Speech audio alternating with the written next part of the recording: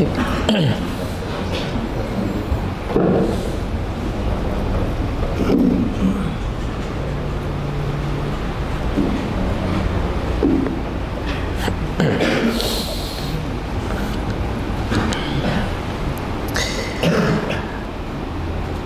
Assalamualaikum warahmatullahi wabarakatuh.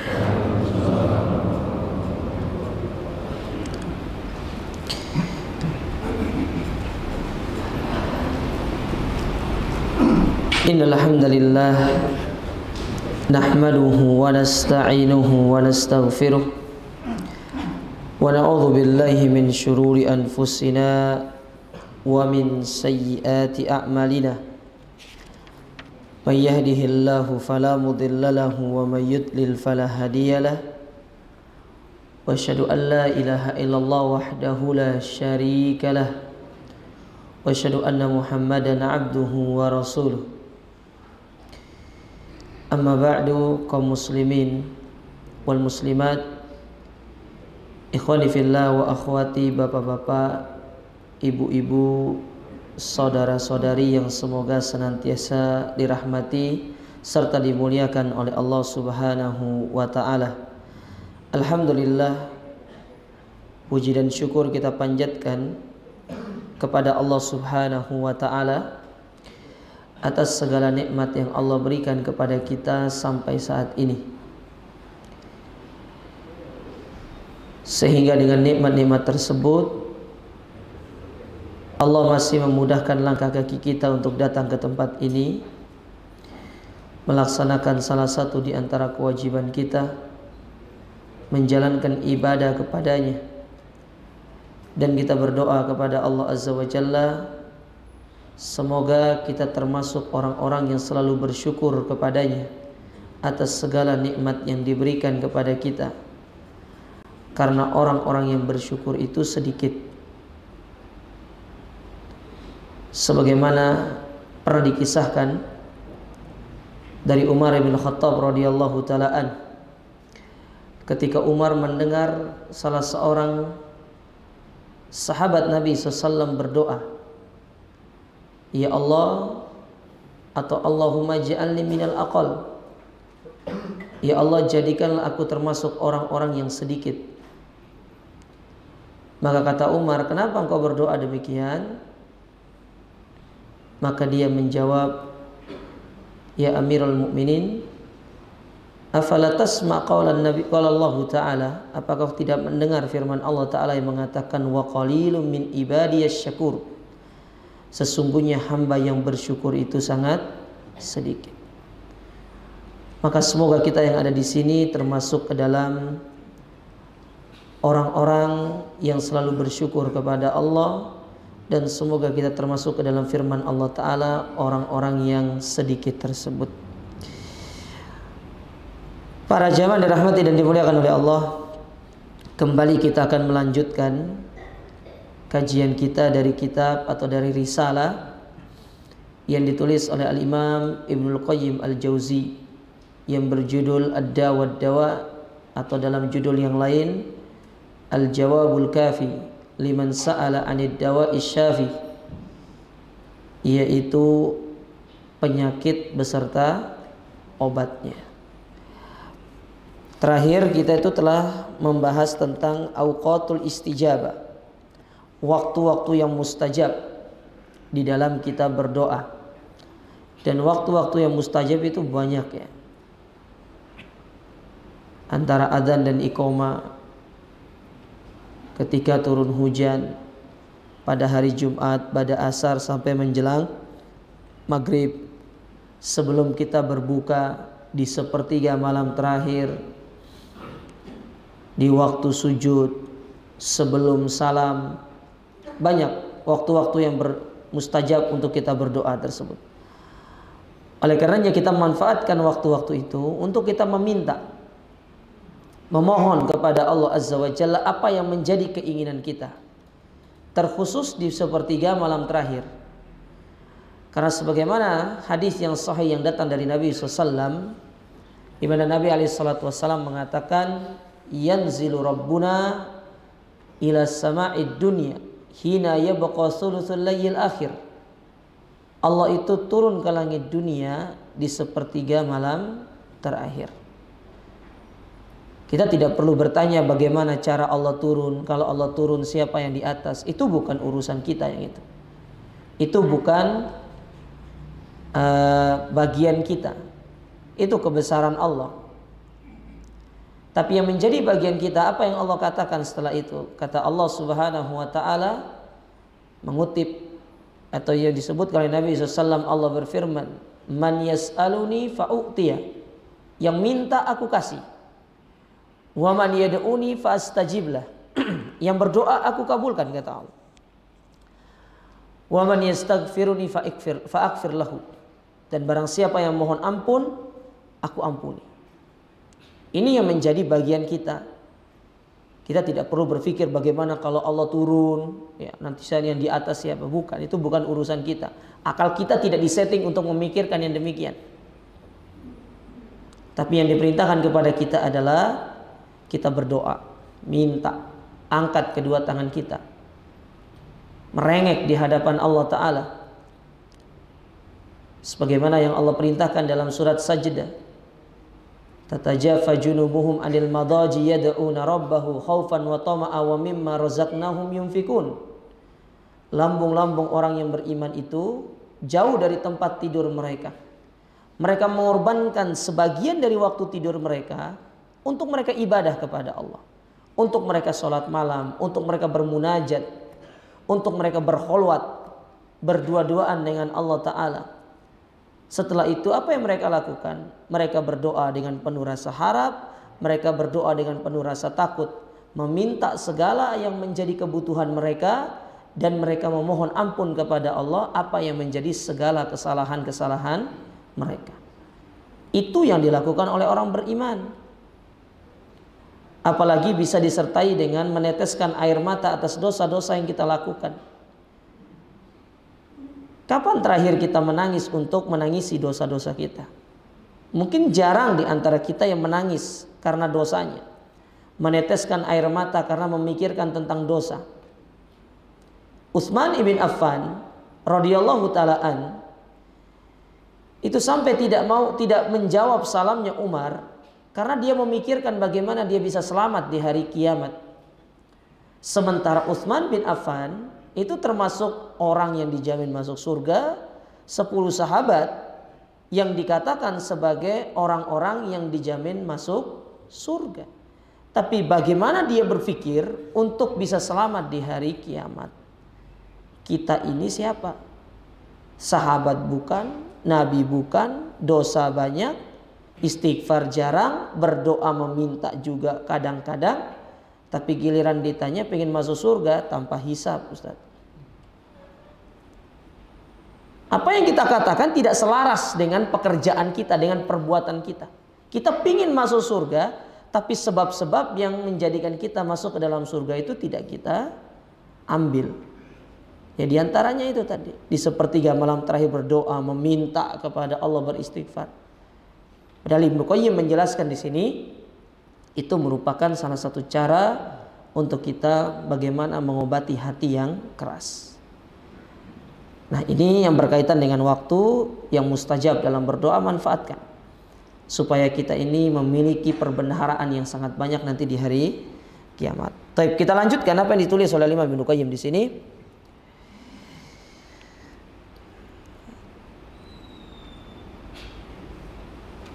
Kemudian dikatakan di sini, yaitu berkaitan dengan adab di dalam berdoa. Kalau tadi waktu, sekarang adab. Jadi dalam berdoa itu ada adabnya. Kita minta sama Allah itu ada adabnya, ada etikanya. Tidak bisa langsung ujug-ujug minta kepada Allah Ta'ala, tidak. Ada etikanya. Yang pertama kata beliau, yaitu istaqbalad da'i al-qiblah. Diupayakan dalam berdoa itu menghadap kiblat. Ya, menghadap kiblat.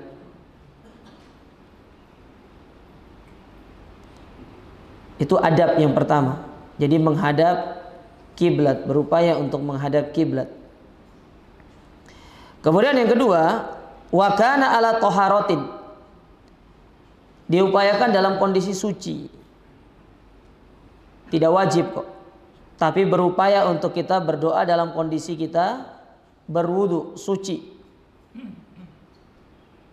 Kita kadang-kadang mau minta sesuatu sama orang, ya mau ketemu orang nih, mau minta tolong, kita mandi dulu, berpakaian rapi dulu, pakai parfum dulu. Masa kalau ketemu sama Allah nggak suci kita? Ya. Kadang etika kita kepada manusia itu tinggi sekali. Tapi etika kita kepada Rabbul Alamin itu kurang.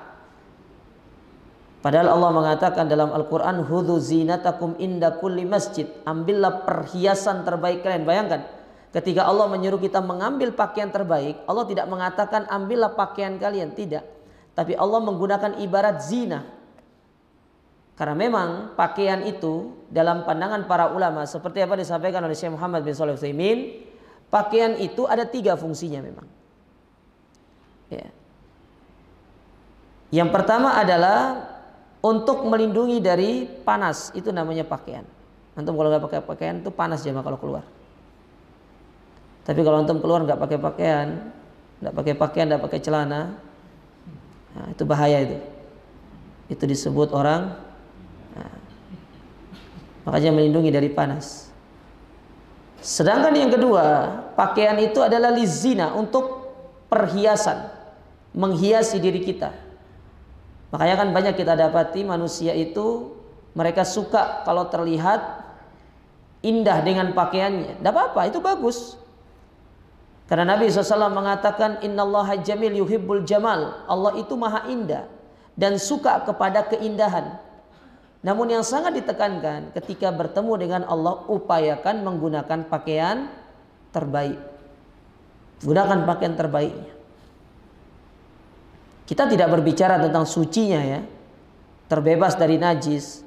Terkadang kita sering dapati orang itu mengatakan, tidak apa-apa kan, yang penting tidak najis Ustaz. Iya benar, tidak masalah.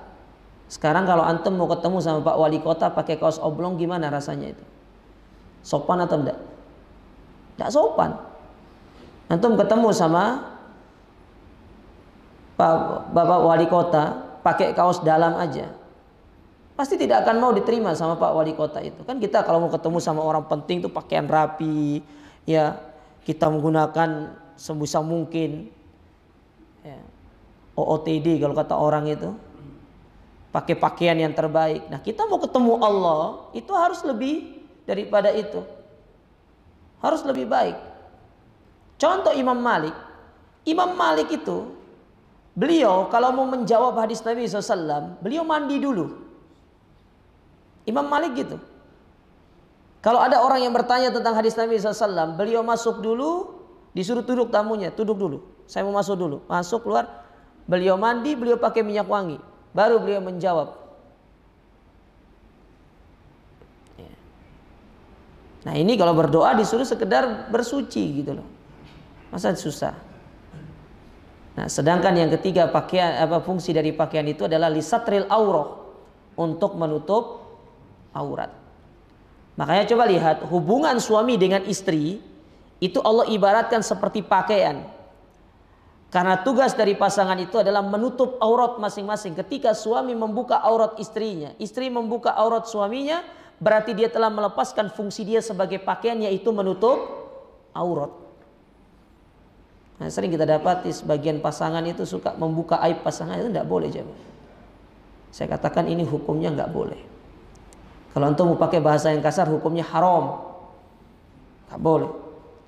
Kadang-kadang cerita, oh istri saya itu kalau tidur suka ngorok misalkan, ini aib.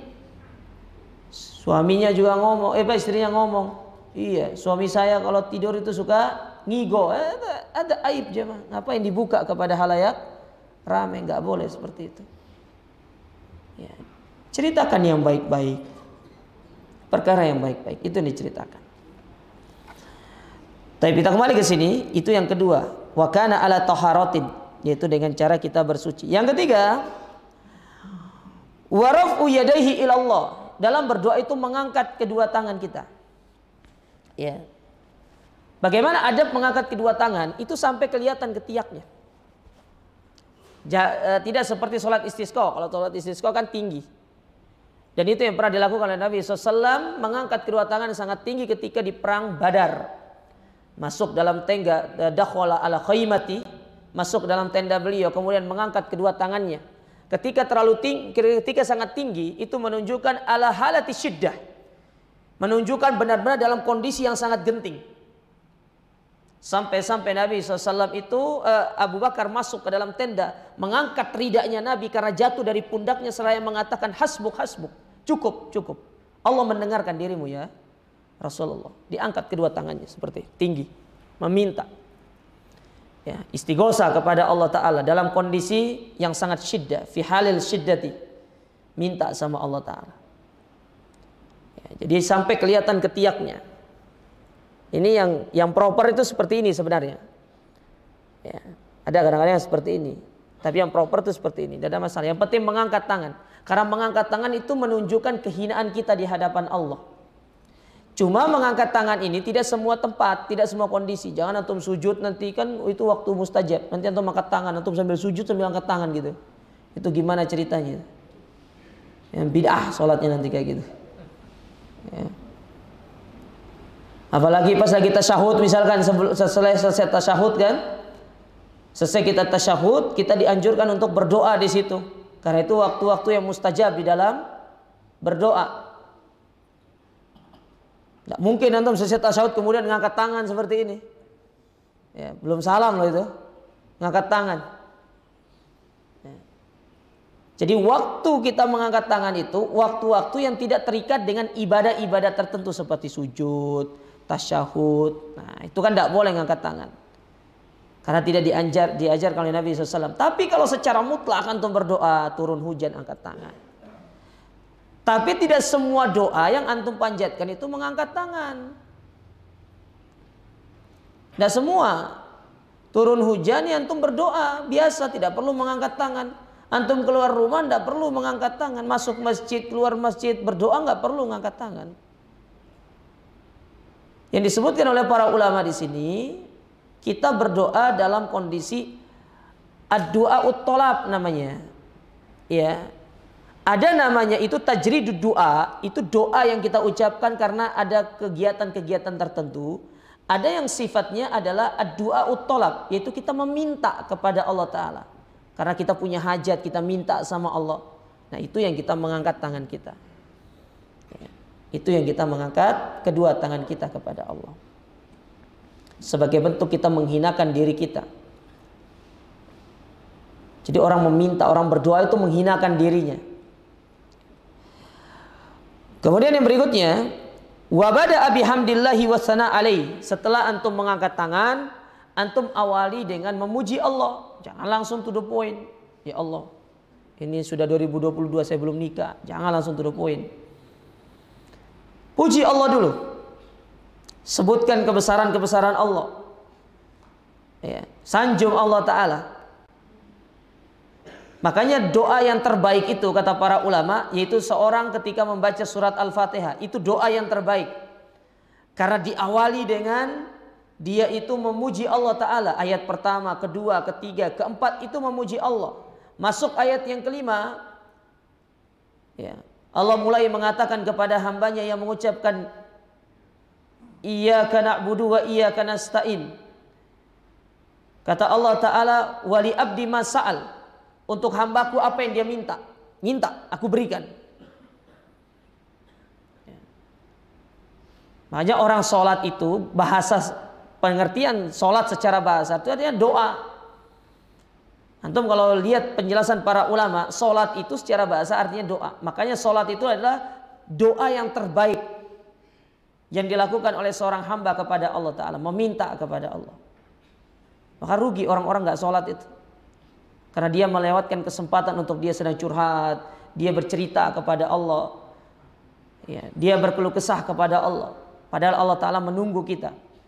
Oleh karena Nabi SAW ketika beliau punya masalah, sebagaimana dikisahkan oleh Thauban radhiyallahu ta'alaan, kata Thauban, kana Rasul sallallahu alaihi wasallam idza hazabahu amrun shalla. Nabi itu kalau punya masalah, ada masalah yang beliau hadapi, maka beliau mengambil air wudhu, kemudian sholat 2 rakaat seraya bermunajat kepada Allah. Itu yang dilakukan oleh Nabi SAW. Ya, kalau kita kan beda, punya masalah, nelpon temannya. Halo, assalamualaikum. Di rumah enggak? Iya. Oh, ada masalah nih. Anak rumah ya, mau cerita ini. Salah. Harusnya yang pertama kali datangi itu kalau punya masalah itu Allah. Kita datangi pertama kali manusia. Manusia itu tidak bisa bantu apa-apa sama kita kalau tidak pertolongan dari Allah, jemaah.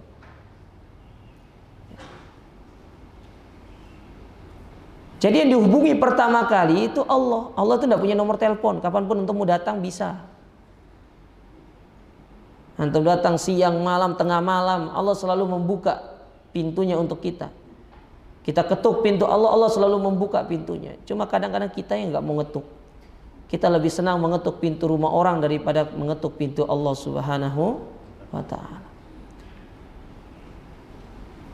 Padahal kita ini hamba Allah. Kepada Allah kita bergantung. Ya. Jadi memulai dengan memuji. Kemudian setelah itu, summa tsanna bis salati ala Muhammad abdihi ala Muhammadin abdihi wa rasuli. Kemudian kita bersolawat kepada Nabi. Ya, jadi ngangkat tangan, ngadep kiblat, ngangkat tangan, memulai dengan kita memuji Allah, kemudian bersolawat kepada Nabi SAW. Kemudian setelah itu apa? Summa qaddama baina yadai hajatihi at-taubah wal istighfar. Sebelum meminta apa yang menjadi hajat kita, kita memohon ampun dulu atas dosa-dosa kita, dosa kedua orang tua kita, dosa istri dan anak-anak kita, dosa kaum muslimin secara umum. Minta sama Allah, ampuni dosa.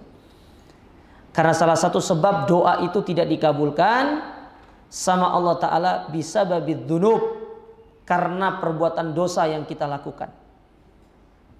Makanya kata Abdullah ibn Mubarak rahimahullahu ta'ala, apa kata Abdullah ibn Mubarak? Beliau mengatakan, hurimtu ala qiyamil lail bisababi dzambin amiltu fin nahar. Aku diharamkan bangun salat malam oleh Allah Ta'ala disebabkan karena dosa yang aku lakukan di pagi hari. Antum nggak bisa salat malam, itu sebabnya karena dosa pagi hari. Jadi nggak usah cari kambing hitam, ini gara-gara HP nggak bunyi. Alarm enggak, bunda. Alarm itu bolak-balik bunyi. Cuma telinga kita yang ditutup sama syaitan. Karena kita melakukan dosa di pagi harinya. Ini berlaku dalam segala hal. Ketika seorang tidak merasakan kelezatan di dalam beribadah, ketika seorang tidak merasakan kenyamanan di dalam dia melakukan suatu ibadah, itu karena perbuatan dosa. Karena Allah Ta'ala mengatakan, innal abda idza akhta'a khati'atan nukitat fi qalbihi nuqtatun sauda. Apabila seorang hamba dia melakukan perbuatan dosa, maka Allah akan meletakkan di dalam hatinya itu satu titik hitam. Wa intaba wastaghfara sukila qalbu. Kalau dia bertobat, beristighfar, maka hatinya akan dibersihkan dari dosa hitam tersebut. Dibersihkan sama Allah Ta'ala. Wa in ada, akan tetapi kalau dia kembali melakukan dosa tersebut, zidafi, maka titik hitam itu ditambah sama Allah Ta'ala. Ala wahiyar ron, itulah ron yang Allah sebutkan dalam Al-Quran. Kallabal rona ala kulubihim makanu yaksibun, yang akan bisa menjadikan hati kita hitam, menjadikan hati kita keras. Bal asyaddu qaswa, bahkan lebih keras daripada batu. Hati itu dia lebih lunak daripada sutra, lebih keras daripada batu.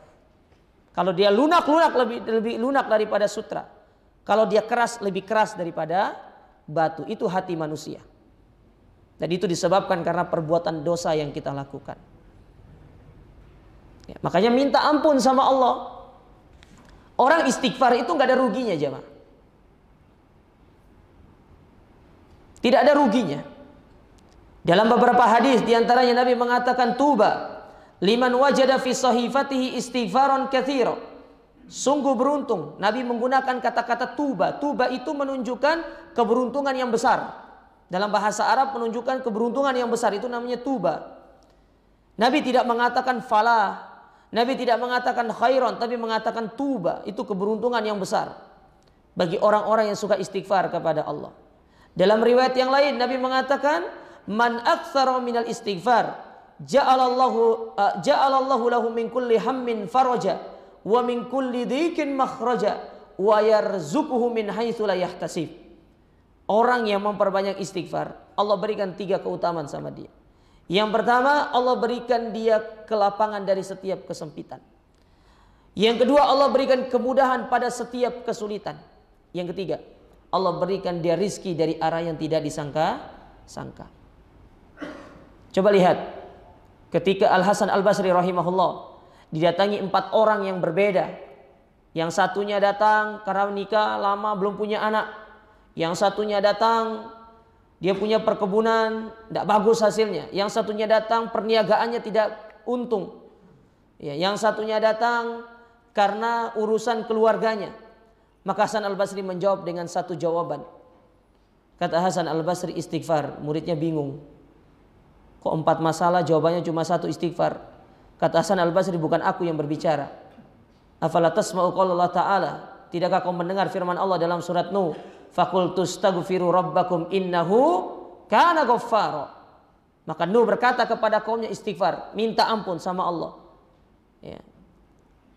Karena sesungguhnya Allah itu Maha Pengampun. Lalu apa kata Allah setelah itu? Yursilis samaa'a 'alaikum midrara. Maka Allah akan mengirimkan hujan yang lebat.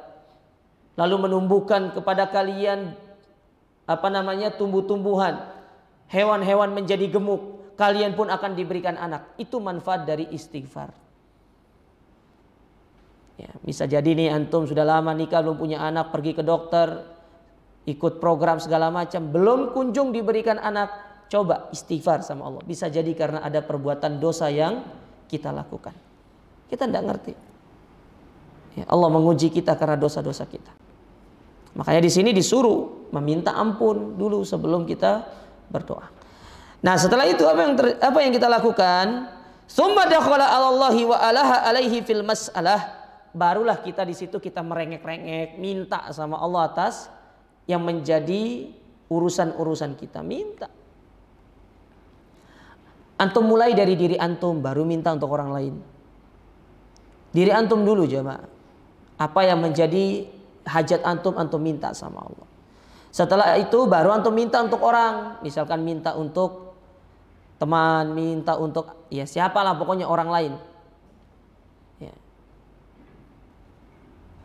Nah, setelah antum meminta, diupayakan dalam kondisi antum merengek, menangis, menunjukkan antum butuh kepada Allah. Ya, benar-benar butuh kepada Allah Subhanahu wa taala. Karena kadang ada orang yang berdoa antara apa yang diucapkan dengan hatinya itu tidak ngerti. Dia tidak paham lisannya ngomong apa, hatinya ngomong apa. Hatinya ngelencer kemana gitu, ke mall kan tidak ngerti. Tapi lisannya ini ngomong terus. Sehingga antara lisan dengan hatinya itu tidak selaras apa yang disampaikan. Bagaimana Allah mengabulkan? Sementara Nabi SAW mengatakan bahwasanya Allah Subhanahu wa taala senantiasa mengabulkan doa seorang hamba laisa min qalbin ghafilin lahin, bukan dari hati yang lalai. Lisan ngomong A, hatinya pergi kemana nggak ngerti. Makanya dibutuhkan kekhusyuan di dalam berdoa.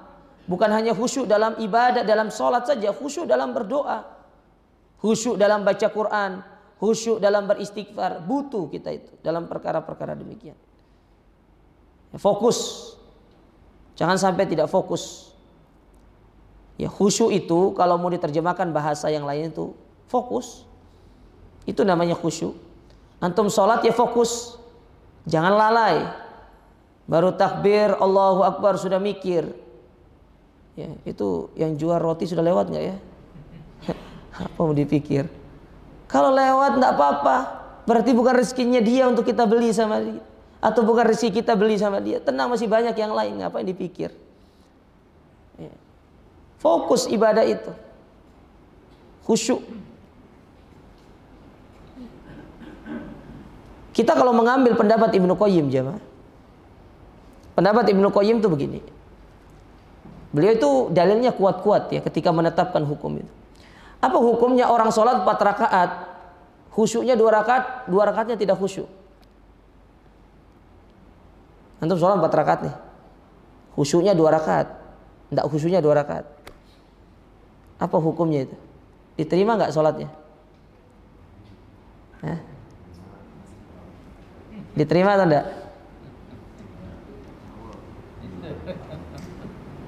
Saya kasih analogi yang sederhana.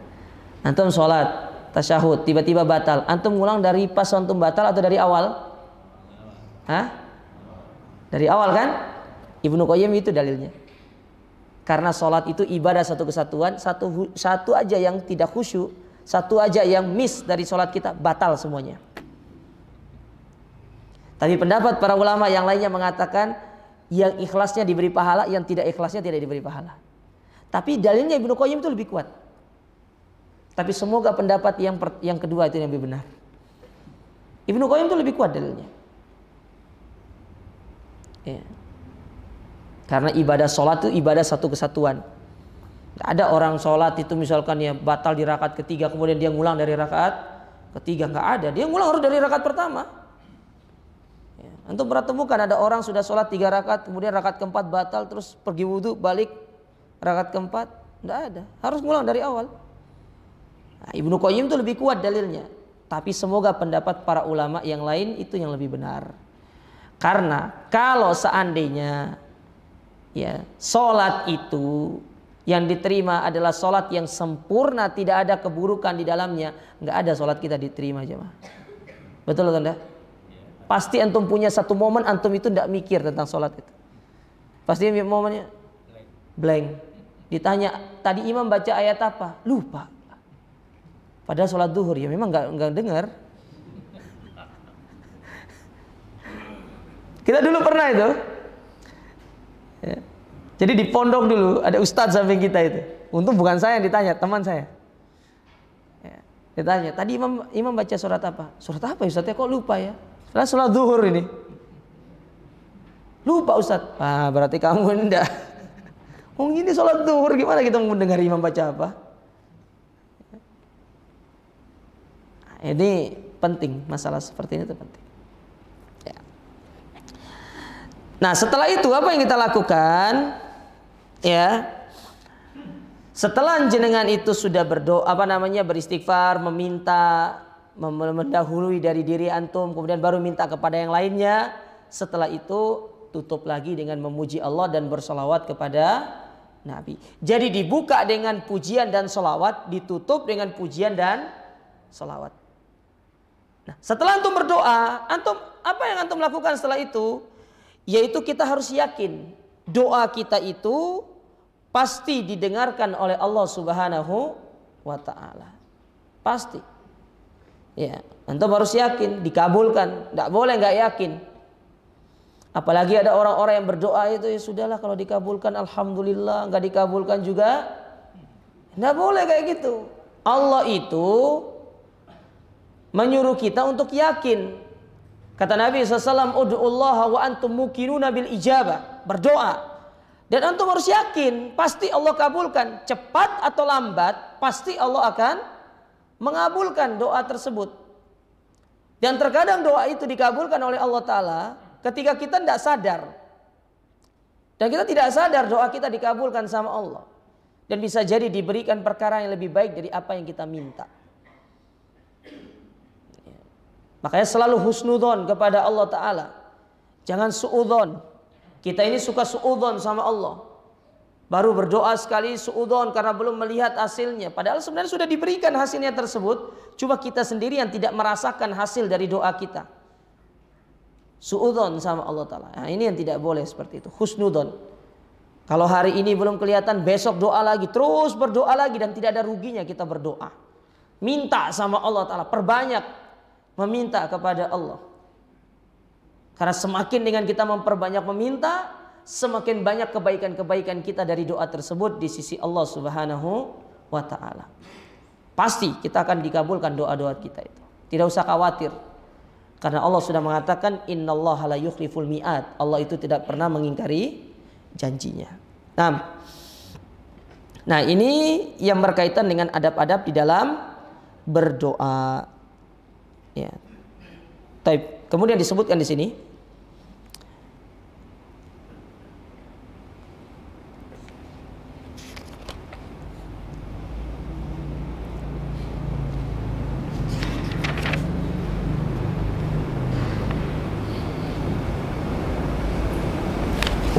Saya bacakan satu riwayat yang dibawakan oleh Imam Ibnu Qayyim berkaitan dengan lafaz dalam berdoa.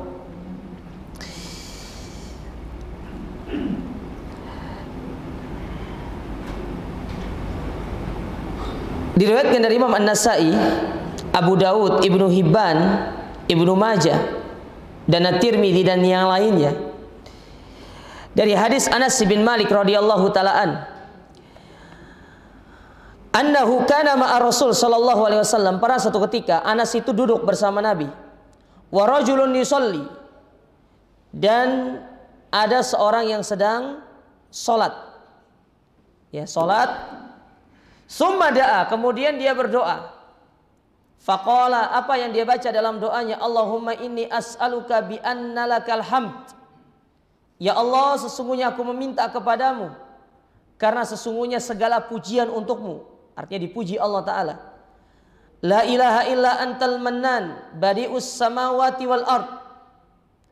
Tidak ada ilah yang berhak diibadahi dengan benar kecuali engkau, ya, sebagai tempat untuk memberikan, yang menciptakan langit dan bumi. Ya dzal jalali wal ikram, wahai yang memiliki kemuliaan. Ya hayyu ya qayyum, yang maha hidup dan maha berdiri sendiri. Faqala Nabi SAW, apa kata Nabi ketika mendengar orang ini mengucapkan lafaz ini? Laqad sa'alallahu bismihil azim alladzi idza du'iya bihi ajaba wa idza su'ila bihi a'ta. Sesungguhnya orang ini telah berdoa dengan lafaz yang sangat agung. Kalau dia meminta, Allah berikan. Kalau dia berdoa, Allah kabulkan. Ya. Antum hafal nih lafaz ini jemaah. Antum beli bukunya, nanti antum baca lafaznya.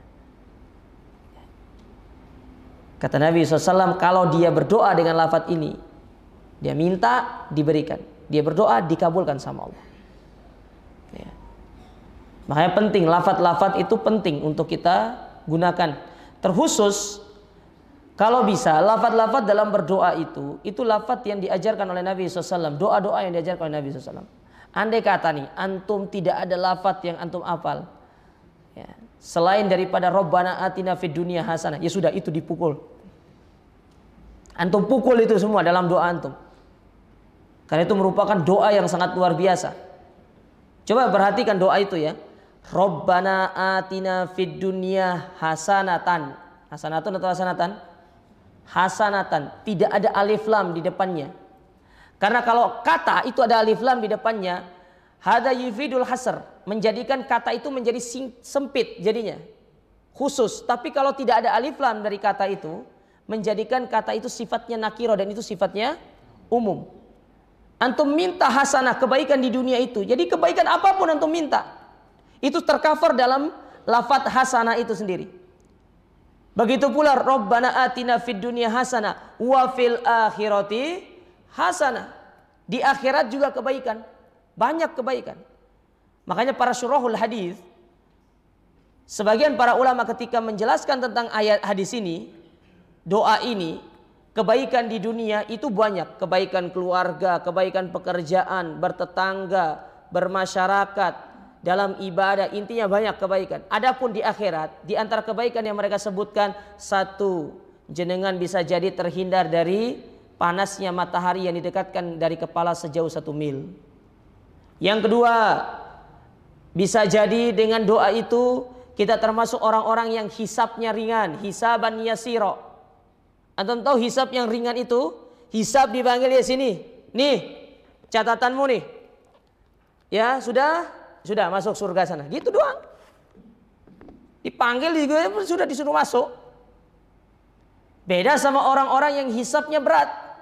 Lembar per lembar, sebentar, halaman sekian. Kamu ngapain ini? Dibuka. Makanya ada orang-orang yang hisabnya lama, ada orang-orang yang hisabnya sebentar. Ya. Lama, ada orang yang lama sekali hisabnya. Tapi ada orang yang hisaban yasiro, hisabnya ringan. Hanya sekedar ditampakkan sekian, sudah kamu masuk. Sudah kamu masuk. Gitu. Nah, itu diantara keberkahan dari doa itu. Rabbana atina fid dunya hasanah wa fil akhirati hasanah. Kita minta supaya Allah Ta'ala memberikan kemudahan kepada kita di hari hisab nanti. Berat hisab itu. Antum melihat kanan amal, lihat kiri amal, nggak ada lagi. Nggak kayak kita misalkan ya, kita di dalam persidangan, di sidang, antum lihat kanan masih ada orang, lihat kiri masih ada orang. Kalau di hari kiamat nggak ada. Lihat kanan amal kebaikan, lihat kiri amal keburukan. Sendiri di hadapan Allah Ta'ala. Tapi semua itu bisa menjadi ringan tatkala kita sering berdoa, Rabbana atina fid dunya hasanah wa fil akhirati hasanah. Minta sama Allah. Oleh karenanya kata para ulama, kenapa di antara hikmah kita diperintahkan antara rukun Yamani menuju Hajar Aswad, kita disuruh untuk memperbanyak doa itu karena manfaatnya itu. Kita meminta kebaikan di dunia dan di akhirat. Andai kata antum tidak bisa hafal doa yang lain tuh, lagi tawaf 7 putaran itu sudah antum pukul sudah Rabbana atina itu. Rabbana atina fid dunya hasanah. Sampai di sa'i-sa'i itu pun tidak apa-apa pakai Rabbana atina fid dunya. Daripada ngobrol nggak jelas. Sebagian jamaah haji, jamaah umroh haji ini kalau lagi tawaf itu bukan malah berdoa, ngerumpi. Rumpi. Kan antum malu nih kelihatan kalau bawa buku doa nanti biar tidak kelihatan, oh saya sudah lama sering-sering umroh masa nggak hafal-hafal doa gitu kan. Misalkan malu nih lihat bawa buku doa nanti. Ya udah pakai doa itu aja. Antum baca doa itu. Lagi tawaf, lagi sa'i. Ya. Lagi berdoa di Safa dan Marwa. Menghadap ke Ka'bah, antum berdoa minta pakai doa itu tidak apa-apa. Ya, karena itu doa yang sangat mulia. Karena mencakup kebaikan di dunia dan di akhirat. Ya. Nah ini salah satu lafaz yang disebutkan oleh Imam Ibnu Qayyim berkaitan dengan lafaz-lafaz yang sangat mulia di dalam kita berdoa. Yang mana itu menunjukkan semuanya itu kita meminta, memuji Allah Ta'ala atas apa yang ingin kita minta. Saya tambah lagi sedikit, kita masuk ke pasal yang baru. Ya. Pasal yang kelima, kalau yang punya buku itu halaman berapa itu? Buku terjemahan 832 kayaknya. Min asrarid du'a, di antara rahasia dalam doa. Nah, ya rahasia doa nih. Ini kita masih bahas doa ya. Saya bahasnya itu loncat-loncat ya. Karena kalau kita bahas satu per lembar, kita butuh waktu 50 tahun baru habis mungkin. Ya bisa jadi kita sudah meninggal duluan ini. Ya. Jadi saya loncat-loncat, saya ambil inti-intinya, pindah ke pasal-pasal berikutnya. Ya, biar kita lebih cepat mengambil banyak faedah dari buku ini. Taib. Pasal berikutnya min asrarid du'a, di antara rahasia-rahasia doa. Disebutkan di sini. Wa katsiran manajidu ad'iyatan da'a biha qaumun fastujiba lahum. Kita sering menjumpai doa sejumlah orang yang dikabulkan Allah Ta'ala. Ya, banyak. Kadang-kadang orang itu cerita sama kita. Dia berdoa dikabulkan doanya sama Allah. Banyak kita dapat demikian. Dan kadang-kadang kita juga demikian. Kita rasakan doa-doa kita dikabulkan sama Allah. Wa yakunu qaniqtarana bid-du'a'i daruratis sahibihi wa iqbaluhu 'ala Allah. Doa-doa tersebut kadang-kadang dipanjatkan ketika kondisi yang sangat terjepit. Ya, kita terjepit, kita minta kepada Allah Ta'ala. Ya. Harus benar-benar kita butuh jawaban dari Allah Ta'ala. Sama seperti kayak sholat istihara. Sholat istihara itu adalah sholat yang boleh dilakukan dalam kondisi yang sangat terjepit. Contoh nih, ada orang nanya sama antum, kan antum mau beli rumah. Lama rumah itu tidak dilepas-lepas, tiba-tiba telepon antum. Halo, assalamualaikum. Dulu jenengan pernah tawar rumah ini kan, saya mau jual rumah ini dengan cepat. Saya butuh jawabannya sampai maghrib. Sementara antum ditelepon habis asar. Nah, habis asar sampai maghrib itu kan waktu tidak boleh sholat, betul? Nggak boleh sholat kan?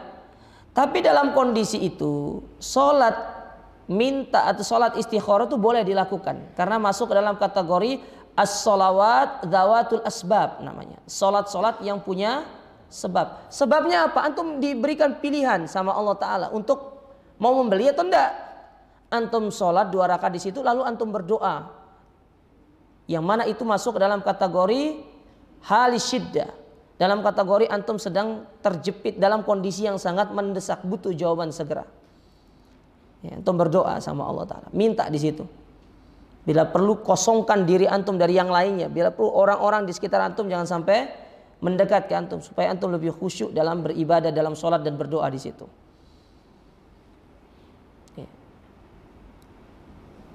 Seperti yang Nabi lakukan di perang Badar itu kan dalam kondisi yang sangat mencekam, kondisi yang sangat luar biasa. Termasuk dalam perang Khandaq. Perang Khandaq ketika Nabi menggali parit sepanjang, ada yang mengatakan 10 kilo, ada yang mengatakan 8 kilo. Dengan kedalaman 5 meter dan lebar sama 5 meter. Dalamnya 5 meter, lebarnya 5 meter. Sampai-sampai ketika Nabi melihat para sahabat itu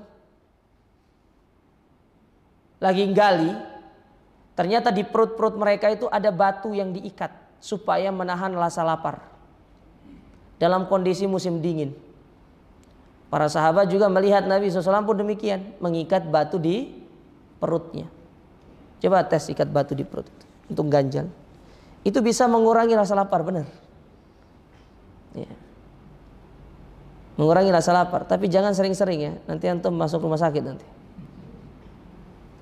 Ya. Benar, bisa mengurangi rasa lapar. Artinya bisa menahan rasa lapar itu. Nah, ketika Nabi melihat kondisi itu, Nabi berdoa kepada Allah. Apa kata Nabi SAW dalam Sahih Bukhari? La aisha illa aishul akhirah. Tidak ada kehidupan kecuali kehidupan akhirat. Allahumma gfir lil ansari wal muhajirah. Ya Allah, ampunilah orang-orang ansar dan orang-orang muhajirin. Lalu apa kata Nabi SAW setelah itu? Wa mazzaqallahu umurum. Semoga Allah memporak-porandakan urusan mereka. Karena mereka itu kami ini begini. Harus menggali parit ini. Semoga Allah menghancurkan urusan mereka. Dan benar. Ketika peperangan itu tidak bisa masuk ke kota Madinah. Dan mereka diporak-porandakan sama Allah Ta'ala. Itu dalam kondisi syiddah. Makanya minta. Dalam kondisi kita terjepit, minta sama Allah Ta'ala. Ya, minta. Bukan dalam kondisi terjepit antum cari HP, telepon teman, bukan. Allah dulu. HP belakangan itu. Ini HP terus dicari, telepon temannya. Nanti giliran temannya nggak bisa bantu, dibilang tidak setia kawan katanya. Bukan setia kawan, manusia itu memang seperti itu. Manusia itu dia kadang mampu, kadang tidak mampu. Ketika antum mendapati teman antum tidak mampu membantu antum, maka ketahuilah itulah manusia. Karena memang dia itu diciptakan wa khuliqal insanu dha'ifa. Manusia itu diciptakan dalam kondisi lemah, nggak punya apa-apa manusia itu. Maka kalau punya masalah itu bukan manusia yang datangi, Allah dulu. Ya, Allah dulu. Berdoa sama Allah, minta sama Allah. Dalam kondisi terjepit seperti itu. Lihat bagaimana kisah Sarah. Ketika Ibrahim dan Sarah melewati kaum yang apabila dia melewati kaum ini dengan saudaranya tidak diambil. Tapi kalau melewati dengan istrinya diambil sama raja itu. Akhirnya kata Ibrahim bilang sama Sarah, kamu bilang nanti sama raja kalau ditanya, siapanya Ibrahim? Kamu jawab, saya saudaranya. Disuruh bertauria. Ya benar kan, saudara seiman kan? Istri kita itu saudara seiman. Ya. Kadang-kadang pasangan itu tidak mau dibilang ini saudara saya, tidak mau. Padahal saudara seiman maksudnya. Coba antum bilang istri antum itu bilang teman, coba di hadapan orang, pasti nanti ngamuk itu. Oh, hati selama ini saya nggak dianggap ya. Ya. Terus bilang setelah itu, sudah kamu cari yang lain sana. Ah, itu tuh kesempatan tuh Pak, cari yang lain. Ya. Nah, ketika ingin didekati sama raja tersebut, apa yang dilakukan Sarah? Berdoa sama Allah, meminta perlindungan. Allah berikan perlindungan. Itu namanya dalam kondisi terjepit. Nah, kita minta sama Allah dalam kondisi terjepit, dalam kondisi susah, minta sama Allah, berdoa sama Allah. Angkat kedua tangan kita. Ya. Ini yang sering kita lupakan. Aw hasanatun taqaddamat minhu ja'alallahu subhana ijabata da'watihi syukran li hasanati. Ya. Yang mana dan dalam kita berdoa itu upayakan kita itu benar-benar hatinya tunduk kepada Allah. Kita pilih waktu-waktu yang mustajab, ya. Dan benar-benar kita itu berupaya supaya Allah Ta'ala itu mengabulkan apa yang menjadi doa-doa kita. Nah, kalau Allah sudah mengabulkan doa kita, apa yang harus kita lakukan setelah itu? Kita bersyukur sama Allah. Dan syukur itu diwujudkan dalam beberapa aspek.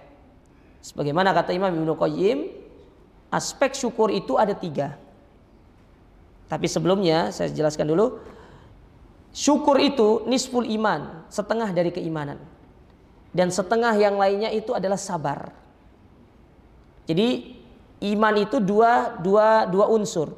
Unsur syukur dan unsur sabar. Karena kita hidup tidak lepas dari 2 ini. Kalau nggak dapat nikmat pasti dapat musibah. Tapi kalau secara persentase banyak nikmat daripada musibah. Tapi giliran dapat musibah, yang di highlight yang paling tebal itu pasti musibah, bukan nikmat. Nah, syukur itu kata Imam Ibnu Qayyim, dia punya 3 aspek yang harus antum penuhi. Baru dikatakan sebagai hamba yang bersyukur. Aspek yang pertama yaitu aspek hati. Bahwasanya segala nikmat yang datang dari yang ada pada kita itu datangnya dari Allah, bukan karena kecerdasan, kemampuan, keahlian kita, bukan. Itu datangnya dari Allah. Kecerdasan yang kita miliki pun itu karunia dari Allah, nikmat dari Allah. Makanya Allah Ta'ala dalam Al-Quran mengatakan wa ma bikum min nikmatin faminallah. Nikmat apapun yang ada pada diri kalian, entah berupa kemampuan kalian, skill kalian, harta yang kalian dapatkan dari kemampuan tersebut, itu semata-mata datang dari Allah. Dan itu harus ditanamkan dalam diri kita, dengan hati kita. Sehingga ini akan menghilangkan sifat angkuh dan sombong di dalam diri kita, jamaah sekalian. Aspek yang kedua, aspek lisan, adalah dengan memperbanyak kita memuji Allah, bertahmid kepada Allah Ta'ala. Memuji Allah dengan lisan-lisan kita. Makanya kata Nabi SAW, tidaklah seorang memakan satu makanan lalu dia mengucapkan Alhamdulillah, melainkan itulah yang terbaik untuk dirinya. Tidaklah dia meminum satu minuman lalu dia mengucapkan Alhamdulillah, itulah yang terbaik untuk dirinya. Karena di balik semua itu Allah akan memberikan kebaikan-kebaikan yang lainnya. Adapun yang ketiga, aspek pengamalan. Jadi nikmat itu diamalkan. Allah beri nikmat sehat, gunakan untuk ibadah, lelahkan untuk ibadah. Kita masih diberikan nikmat hidup sebelum meninggal, kumpulkan amal ibadah dengan banyak, jamaah sekalian. Kita orang mukmin itu harus pelit dengan usia, harus pelit dengan umur. Tidak boleh usia antum, apalagi antum yang sudah usia lanjut ini. Tidak boleh usia antum itu 1 detik, 1 menit, 1 jam berlalu tanpa antum isi dengan kebaikan kepada Allah Ta'ala. Jangan sampai kita menyesal nanti di hari kiamat. Jangan sampai. Karena jauh-jauh hari Nabi sudah mengingatkan kepada kita, iktanim homsan qabla homsin. Manfaatkan 5 hal sebelum datang 5 hal. Di antaranya itu usia. Sebelum datang masa meninggal kita. Ya. Waktu luang. Jangan biarkan waktu luang itu diisi dengan hal-hal yang tidak bermanfaat. Kata Imam Ibnu Hajar rahimahullahu ta'ala dalam kitab beliau Fathul Bari, ketika beliau mensyarah hadis Nabi SAW, nikmatani magbunun fihima katsirun minan nas. 2 nikmat yang manusia itu lalai, sering dilalaikan.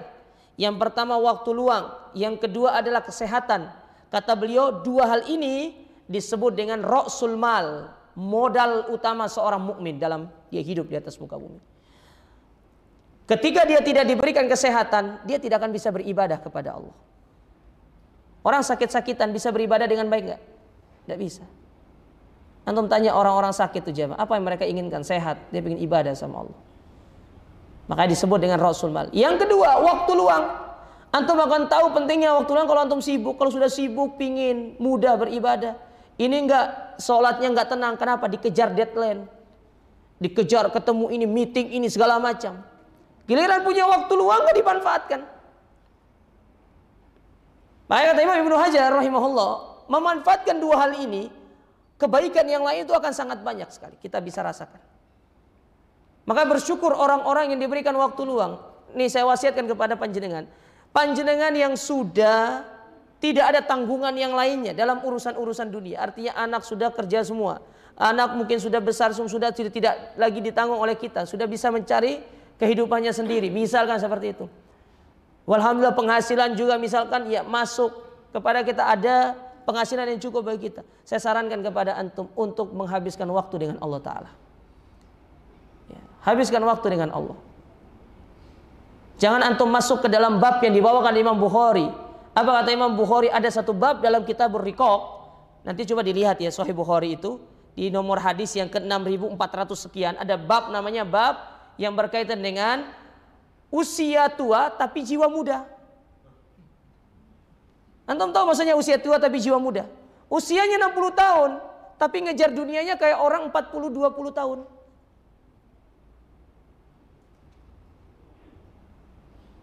Padahal usia-usia segitu itu sudah cukup bagi kita untuk sudah melepaskan diri dari dunia ini. Tinggal bagaimana mempersiapkan diri untuk menghadap Allah Ta'ala. Tidak lama lagi kok. Sebentar lagi kita meninggal. Tapi bukan berarti yang masih muda, oh berarti masih lama Ustaz. Tidak. Ya, bisa jadi yang duluan mati kita kok. Kita tidak ngerti. Tanda-tanda kiamat itu kan banyak orang mati tanpa sebab. Yang disebut dengan istilah mautul fuj'ah namanya. Mati tanpa sebab. Ya, habis main badminton duduk tiba-tiba mati. Ya, habis goes tiba-tiba mati. Enggak sadar. Ada orang lagi makan tiba-tiba mati. Nggak ngerti kita. Ada orang divonis sama dokter ini tinggal sebulan nih koma dia nih. Tahu-taunya hidup. Ya. Tahu-taunya hidup. Wa kam min fata amsa wa asbaha dahikan wa qad nusijat akfanuhu wa huwa la yadri. Banyak pemuda-pemudi yang masih suka bersendau gurau, ya ketawa ketiwi, tahu-taunya kain kafan sudah disiapkan untuk dibawa ke liang lahatnya. Wa kam min sakimin wa kam min sahihin mata min ghairi illatin wa kam min sakimin asya minad dahr. Banyak orang yang sehat, segar bugar, suka berolahraga, tahu-tahu mati tanpa sebab. Banyak orang sakit tapi diberikan kehidupan yang lebih panjang oleh Allah Subhanahu wa taala. Nah, jadi antum harus pelit dengan waktu. Waktu antum itu berharga. Karena ketika satu hari berlalu dari antum itu tidak akan bisa kembali. Tanggal sekarang ini tanggal berapa nih? Hah? Hijriahnya 23 Muharram 1444 Hijriah. Itu tidak akan pernah datang. Yang ada itu 45, 46, 47, 48. Tidak akan pernah datang lagi. Jadi apa yang bisa kita lakukan hari ini dilakukan dengan kebaikan. Sekecil apapun amal yang antum lakukan bisa lakukan. Itu di antara bentuk bersyukur kata Imam Ibnu Qayyim. Ya, setelah dikabulkannya doa, antum bersyukur dalam bentuk antum melakukan perbuatan amal ibadah. Ya, ini sudah 2 kali belnya, berarti sudah saatnya kita berhenti. Ya, jadi ya di taib. Insyaallah ya kita masih akan membaca tentang rahasia doa, dan insyaallah kedepannya kita akan ngambil pasal yang berkaitan dengan doa itu senjata. Ya, doa itu senjata. Jadi senjata orang beriman itu adalah dia berdoa. Semoga apa yang disampaikan ini bermanfaat. Ya, semoga ini bisa menambah keimanan kita kepada Allah Ta'ala. Dan semoga termasuk orang-orang yang selalu semangat di dalam kita berdoa dan meminta segala kebaikan kepadanya. Aku qouli hadza subhanakallahumma rabbana bihamdika asyhadu an la ilaha illa anta astaghfiruka wa atubu ilaik. Wassalamualaikum warahmatullahi wabarakatuh.